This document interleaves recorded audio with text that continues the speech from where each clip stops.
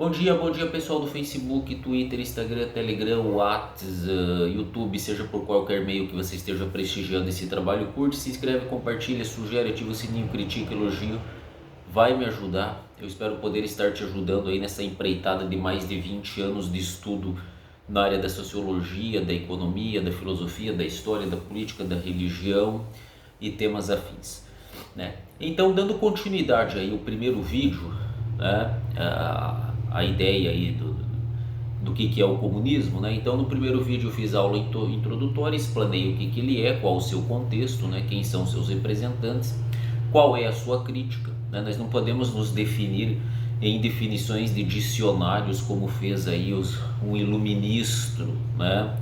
Um iluministro aí que andou fazendo aí da nossa Suprema Corte, dando uma definição de dicionário do que é o comunismo. O comunismo é muito mais amplo que isso, né?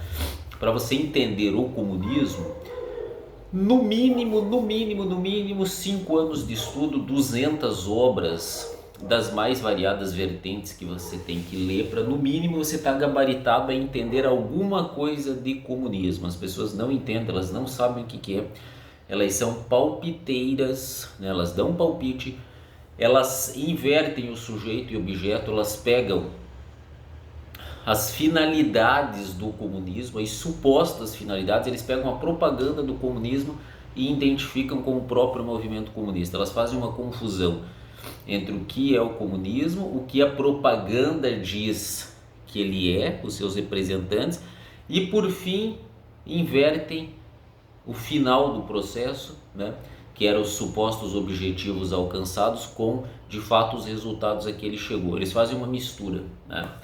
Então a gente vai definir aí numa trilogia também curta, né, digamos assim, para a gente começar a entender os princípios. Esses 3 vídeos aí são o princípio do princípio do comunismo, e mesmo assim eu levo 1 hora, 3 trilogias de 20 minutos cada uma.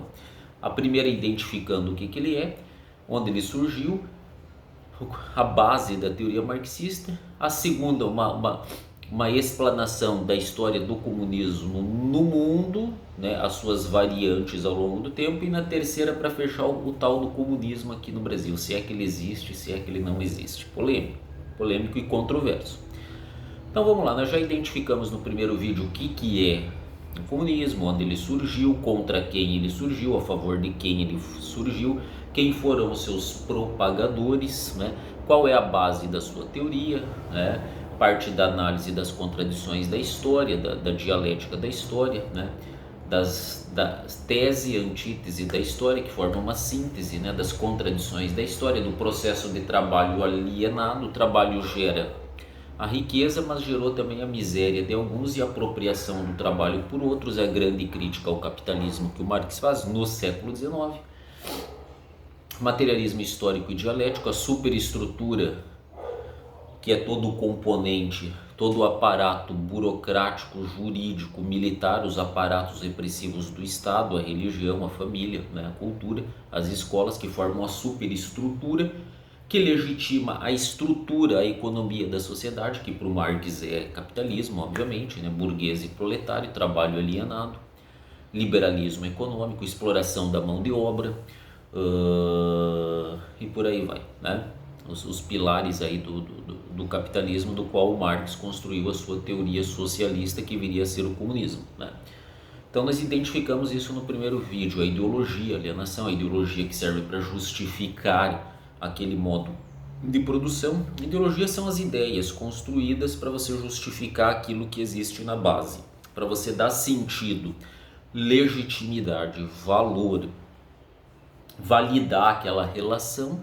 Você constrói uma ideia, né? Você constrói uma ideia. Então, quando você não... Ideologia é assim, quando você não quer mais o teu namorado porque ele é pobre, porque ele é vulgar, porque as pessoas falam mal dele, você dá uma ideia, você fala, olha, não dá muito certo, sabe? Nós pensamos diferentes. Essa é a ideologia. Na base você já definiu que não quer por qualquer razão, porque ele não tem pegada, porque ele é pobre, porque ele é feio, que ele mente, né? Beleza, você chegou à conclusão. Essa é a estrutura que está ali. Mas você não pode dizer isso para ele, ó, não te quero mais porque você é um pobretão, mendigo, não tem pegada, mente, sei lá, né? Sei lá. Por qual razão? Você vai construir uma ideia para dizer para ele, olha, não dá certo por causa da nossa religião, não dá certo porque os meus pais não querem que eu namore. Sem ver, a ideologia é algo que você coloca ali, a ideologia é uma ideia ou um conjunto de ideias, dentre várias ideias que você escolhe para justificar aquilo, né? Então a ideologia é mentira? Não necessariamente, mas ela serve para justificar o que você quer e negar aquilo que você não quer dizer, né? Esse que é o problema da ideologia, ela é uma verdade entre muitas, você cala outras verdades para fazer valer uma verdade. Para o Marx era mais ou menos isso. A ideologia burguesa, ela pregoava, né, as suas ideias para justificar aquela relação de opressão, tanto que o Marx vai dizer as ideias dominantes de uma sociedade são sempre as ideias da classe economicamente dominante. Nesse segundo vídeo nós vamos focar na história do comunismo mundial, no movimento comunista. Quem que disse para você que o comunismo é uma ideia? Quem que disse que ele é uma ideologia? Quem que lhe disse que ele é uma teoria? Quem que lhe disse que ele é um sistema econômico e é um ignorante? Ele não entende de comunismo, ele nunca estudou o comunismo, ele estudou a propaganda, o discurso dos agentes que falam do comunismo, ou falam defendendo ou falam condenando. É o discurso nós não conhecemos o que é comunismo.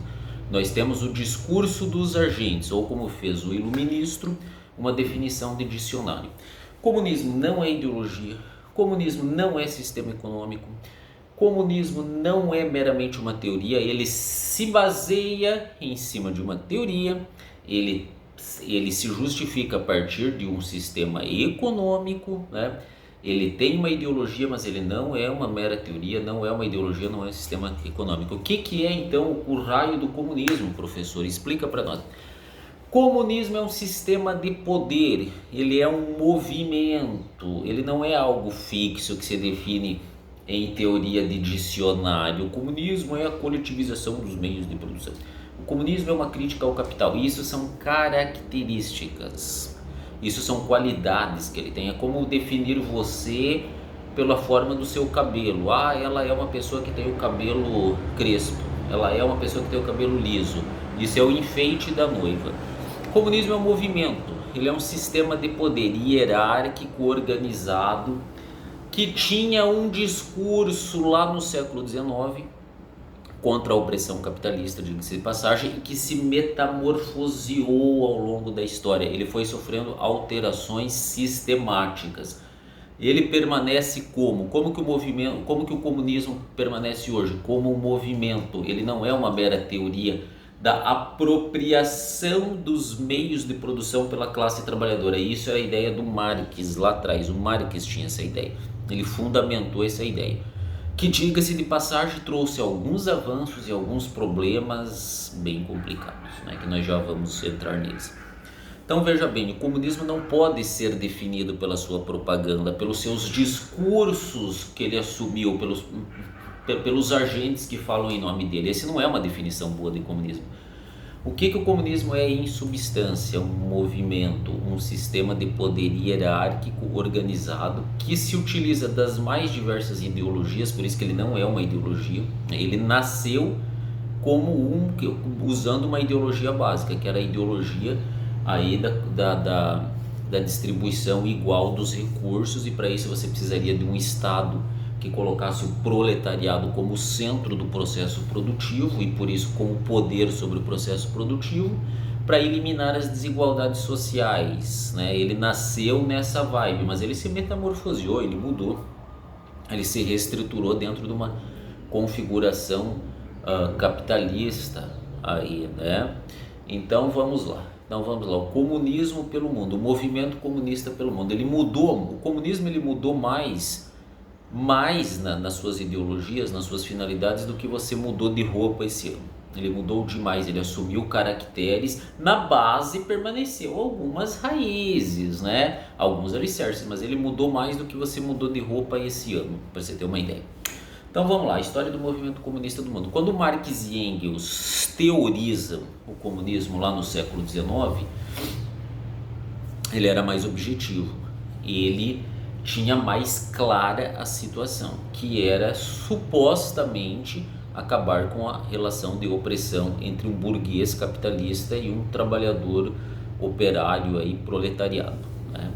Ok, para isso precisaria que a classe proletária se unisse, formasse uma congregação, uma agregação de trabalhadores, né, que instituiria uma ditadura, a ditadura do proletariado, né, que coletivizaria, essa era uma ideia que tinha lá, né, 130 anos depois é outra coisa, que coletivizaria os meios de produção, fábricas, bancos, terras, indústrias, comércio e por aí vai, né? Não seria mais de propriedade individual, mas coletiva, e isso faria distribuir melhor as riquezas e acabaria com a exploração do trabalho, antiliberal, portanto. Não havia aí a ideia do liberalismo econômico na teoria do Marx, que era o pilar do capitalismo. Ok, com isso, o que foi surgindo? No começo, uma tradição boa, digamos assim, do socialismo, né? As associações internacionais, né? A primeira internacional lá em 1864, cujo dia 28 agora de setembro completa 159 anos. A segunda internacional, depois os direitos dos trabalhadores, né? A diminuição da jornada de trabalho, o fim dos exércitos nacionais, o fim do trabalho infantil, o fim aí o início de alguns direitos trabalhistas, férias e tal, e por aí vai, né? Até que acontece uma crise dentro do comunismo, em 1914, porque os trabalhadores, como previa Marx, pegariam em armas, faziam uma revolução contra os seus patrões burgueses opressores e institucionalizariam a ditadura do proletariado. O que aconteceu a partir da Primeira Guerra? Exatamente o contrário, exatamente o contrário. É curioso que na história o comunismo ele foi fazendo o contrário, exatamente o contrário do que ele havia prenunciado, né? Então o Marx acreditava que os trabalhadores se uniriam, pegariam em armas para destituir os seus patrões. O que aconteceu na Primeira Guerra? Os trabalhadores se uniram, pegaram em armas e mataram outros trabalhadores de outros países para defender a sua burguesia nacional, os seus burgueses nacionais. Não foi a Primeira Guerra imperialista? Quem lutou? Os proletários, né? Os proletários franceses contra os alemães contra os ingleses contra lá os turcos otomanos e por aí vai. Saiu errado, saiu exatamente o contrário daquilo que ele previu. Os proletários pegaram em armas para matar outros proletários e defender os seus patrões, contrariando o que dizia o Manifesto Comunista, que os trabalhadores se uniriam para destituir os seus patrões burgueses. Exatamente o contrário. Dentro dessa crise você vai ter em 1917 a ascensão, a primeira experiência comunista ou socialista da história, que é a Revolução Russa, né? Os bolcheviques ascendem ao poder, né? Lenin, Trotsky, a Revolução Mundial, destitui os czares, a família imperial russa, matam os Romanovs, inclusive crianças, né?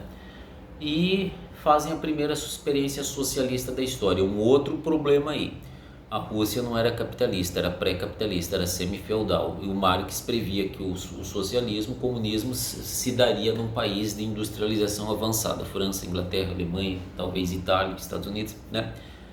Foi lá na Rússia que nem capitalismo tinha. Aí você tem uma elite, né, que eram os czares, a monarquia czarista, né, hereditária, que estava lá 300 anos, destituída por um movimento revolucionário dos bolcheviques, dos sovietes, que empreenderam aí a revolução, né? Coletivizaram a agricultura, tiraram a Rússia da Primeira Guerra, criaram uma burocracia estatal, começaram a cooptar recursos de fora para implantar uma industrialização tardia na Rússia, né? A industrialização da Rússia é mais tardia do que a do Brasil, praticamente, né? E olha que a Rússia é milenária e o Brasil tem alguns anos de vida aí, né? O que aconteceu, né? Nessa revolução, eles praticamente executaram toda a oposição, usurparam as terras dos camponeses, Lenin, né? Depois da morte de Lenin, assume Stalin, né, que continua aí a coletivização forçada da agricultura, né, cria uma espécie de capitalismo de Estado, onde todo mundo trabalhava e mandava parte da produção para o Estado, que vendia obviamente essa produção e investia em armamento bélico, por isso que a Rússia tornou-se uma potência, né? Criou os gulags, os campos de concentração, os campos de trabalho forçado, que segundo alguns inspirou os campos de concentração nazistas, né? E instituiu uma ditadura stalinista baseada em algumas teorias comunistas, né? Lá mais ou menos em 1930 vai surgir um revisionista dentro do marxismo. Alguém dentro do marxismo vai perceber que alguma coisa tinha dado errado. Antônio Gramsci, né? Ele vai revisionar o pensamento comunista. Ele vai dizer assim, não, nós não temos que mudar a estrutura econômica burguesa proletária para daí mudar a superestrutura. Ao contrário. Muda a superestrutura, a família é um lugar de opressão, a escola é uma mera reprodução dos ideais capitalistas, a política é uma superestrutura jurídica burocrática que legitima o modo de produção. Então nós não temos que mudar a estrutura capitalista primeiro, nós temos que mudar a superestrutura, a forma das pessoas pensarem para daí mudar o que elas fazem. Exatamente o contrário do que dizia Marx, que era a praxis, a união da teoria e da prática que mudaria o capitalismo para o socialismo. O Gramsci inverte a teoria, diz não vamos partir da mudança real para ideal, vamos mudar as ideias para depois mudar a prática, ele inverte, né? Ok, você vai ter uma outra experiência comunista lá na China, Mao Tse Tung, tanto que se divide o comunismo em comunismo leninista, você tem o comunismo trotskista, você tem o comunismo maoísmo, né? Você tem o socialismo fabiano, que inspirou a social-democracia, que segundo alguns é a escola de pensamento mais influente, que ele é um misto de economia capitalista, propriedade privada, produção, iniciativa individual, mas com o Estado tutelando de cima a sociedade, criando leis, regras, burocracia, incentivos, mantendo algumas estatais, né, empresas administradas pelo Estado, mas deixando a iniciativa privada, a propriedade privada trabalhar aí na médio e no micro, digamos assim, né, e o Estado controlando o macro. Na social-democracia você tem o anarquismo dentro do comunismo, você tem as várias linhas do comunismo, o leninismo, o trotskismo, o maoísta, o stalinista, que é um regime violento. Você tem várias linhas, né, de comunismo, né? A China também empreendeu o maoísmo, a revolução cultural, o grande salto para frente, né? O que ocorre então? O que ocorre? Ocorrem algumas crises dentro do movimento comunista. A primeira crise é lá na Primeira Guerra, quando os proletários não se uniram para matar os seus patrões. A segunda grande crise, ela vem aí pelo pensamento do Gramsci, que diz, não, tem alguma coisa errada na teoria, vamos inverter essa teoria, não vamos mudar a praxis, vamos mudar as ideias. Então você tem o comunismo, né, na União Soviética, depois na China, no Camboja, na Coreia, Cuba, né, mais tarde. E você tem dentro do comunismo várias linhas diretrizes do comunismo. Você tem o anarquismo, você tem o socialismo fabiano, que inspirou a social-democracia, você tem o comunismo leninista, você tem o comunismo maoísta, você tem o stalinismo, que é um dos regimes mais violentos dentro do comunismo, matou milhões de pessoas. O maoísta matou milhões de pessoas, né? Você tem diferentes formas do comunismo se adaptar em cada local. As bases dos discursos são a mesma, a exploração imperialista capitalista, a propriedade privada, o liberalismo são o mal, então nós precisamos de Estado tomar a propriedade, controlar, intervir na produção, na economia para evitar a opressão dos capitalistas burgueses. Só que aí você já tem de cara, né, um problema. Se você tem, olha só, pensa bem, pensa comigo. Se você tem um capitalista rico, opressor, que oprime um proletário trabalhador, para você destituir esta relação desse que te oprime, né, deste que faz essa relação de opressão, você precisa de um poder maior que o poder dos capitalistas, formar um poder maior do que os capitalistas, que diminua o poder desses capitalistas e instale a igualdade. né? Então o que é na essência o comunismo? O comunismo é a unificação de poder político, econômico, militar. Político, econômico e militar. O poder econômico migra para quem tem o poder político. O que eles instalam depois disso? Uma perfeita ditadura. Então a ditadura do proletariado, a coletivização dos meios de produção, o fim do liberalismo e da exploração do trabalho, dá tudo ao contrário. Você cria uma casta, uma elite burocrática extremamente militarizada, como foi na União Soviética, como foi na China, como foi no Camboja, como foi na Coreia do Norte, como foi em Cuba. Para destituir essa classe burguesa capitalista opressora, você cria uma elite extremamente forte, extremamente poderosa e armada, obviamente, né? Obviamente, sem sombra de dúvida, para destituir as relações de opressão. Só que essa classe é a que vai se tornar opressora. Normalmente na história do comunismo é assim, ele traz alguns avanços, é óbvio, tudo tem um lado bom, né? Até se você legalizar a sacanagem, alguma coisa boa vai ter nisso, mas a finalidade é o quê? Unificação de poder político e econômico e militar, por isso que ele vira ditadura, por isso que tem fome, né? Ele causa uma desregulação econômica das mais, e isso aí nem sempre é intencional, diga-se de passagem. Ele causa uma desregulação econômica das mais cruéis. Por quê? Aí nós temos que ler o Mises, Ludwig von Mises, 1921, a impossibilidade do cálculo econômico numa economia comunista, né? Como o mercado, por mais perverso que ele seja, eu não estou defendendo o capitalismo, hein? Não estou defendendo o capitalismo. Por mais perverso que o mercado ele seja, ele consegue fazer uma mágica, quase que uma mágica, que é a regulação dos preços. Quem regula a economia é o mercado através do cálculo de preço. Numa economia planificada, socialista, fica muito difícil fazer o cálculo do preço, porque como você não tem mercado, livre iniciativa, você não consegue criar uma tabela que justifique a produção, a alocação de recursos, o consumo, a distribuição, né? e todo o ciclo econômico. Afinal, por que eu vou trabalhar se as coisas não têm preço? Por que eu vou trabalhar 8, 10 horas, 12 horas na lavoura, se isso aí não vai ter preço, isso vai ser apropriado pelo Estado? Eu posso trabalhar 1 hora para minha subsistência aqui. Então o que vai gerar isso? Problema na alocação, na produção e na distribuição de recursos, o que levou muita gente à fome. Por isso que o comunismo termina em fome normalmente, porque você não tem o livre mercado, a livre iniciativa, né? Que por mais perverso e injusto que seja, ele consegue produzir, né? Ok.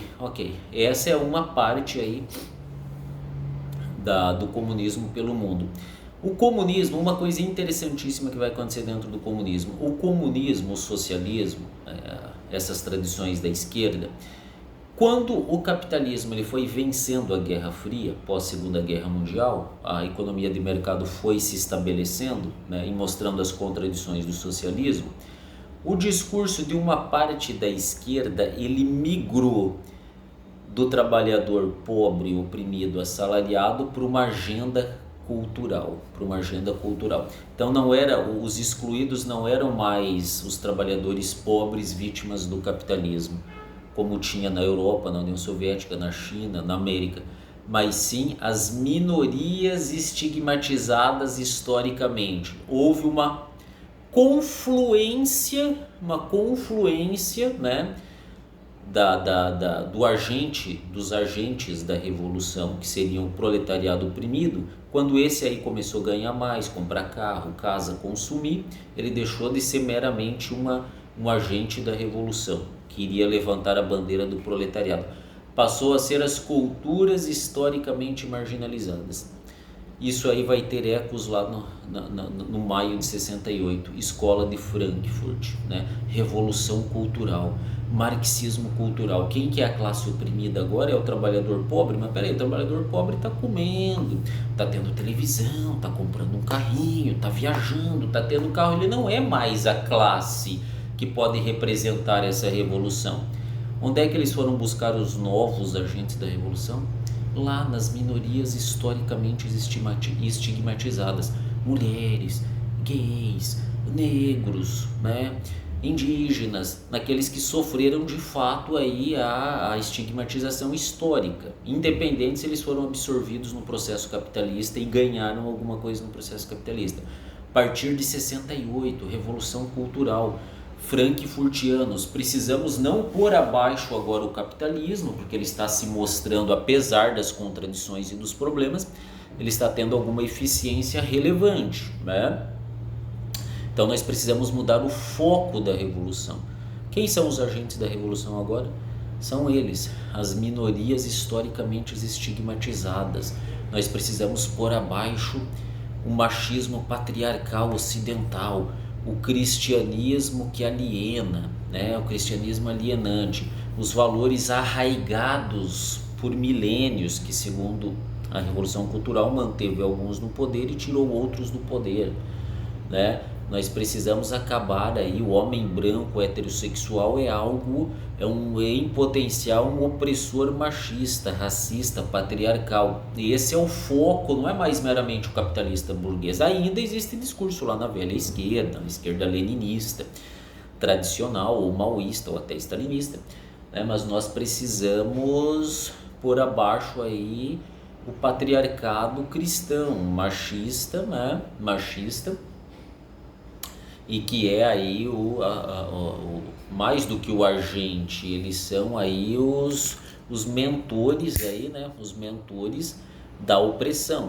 daquilo que nos mantém em constante opressão e subordinação, né? E quem são os agentes, né? Os agentes dessa revolução, as minorias historicamente marginalizadas, gays, negros, homossexuais, né? Mulheres, o feminismo, né? Olha o século XX, como as minorias emergiram no discurso revolucionário. Eles são o combustível do discurso revolucionário contra o patriarcado cristão, do homem branco eurocentrista, capitalista, né? Essa é a história do movimento comunista, né? Do comunismo. Ele não pode ser definido por uma mera definição de dicionário, né? O que ele é? O que é importante você ter em mente, caro aluno? O que uma coisa é em substância? O que é a substância de algo? O que ele é em substância? O que os discursos dos agentes dizem sobre ele? O discurso do agente pode ser favorável a ele ou contrário a ele, corroborador dele ou contestador dele, né? Esse é o fato, essa é a pegada. E você tem um terceiro fato, a finalidade. Quando as pessoas falam de comunismo, elas confundem o que ele é em substância com os discursos dos agentes, sejam o que corroboram, sejam os que contestam, e por fim as finalidades, os efeitos dele. Eles confundem o que ele é com os seus efeitos, com o seu modus operandi, com os seus agentes, com os discursos dos agentes envolvidos. Entendeu? Essa confusão é fenomenal dentro do comunismo. Por isso que pouca gente entende o comunismo, né? E comunismo você tem que ler Karl Marx, ideologia alemã, manifesto do Partido Comunista, questão judaica, o Capital, manuscritos econômicos filosóficos, o 18 Brumário. Você tem que ler Engels, a origem da família, da propriedade privada e do Estado. Você tem que ler Antônio Gramsci, Cadernos do Cárcere.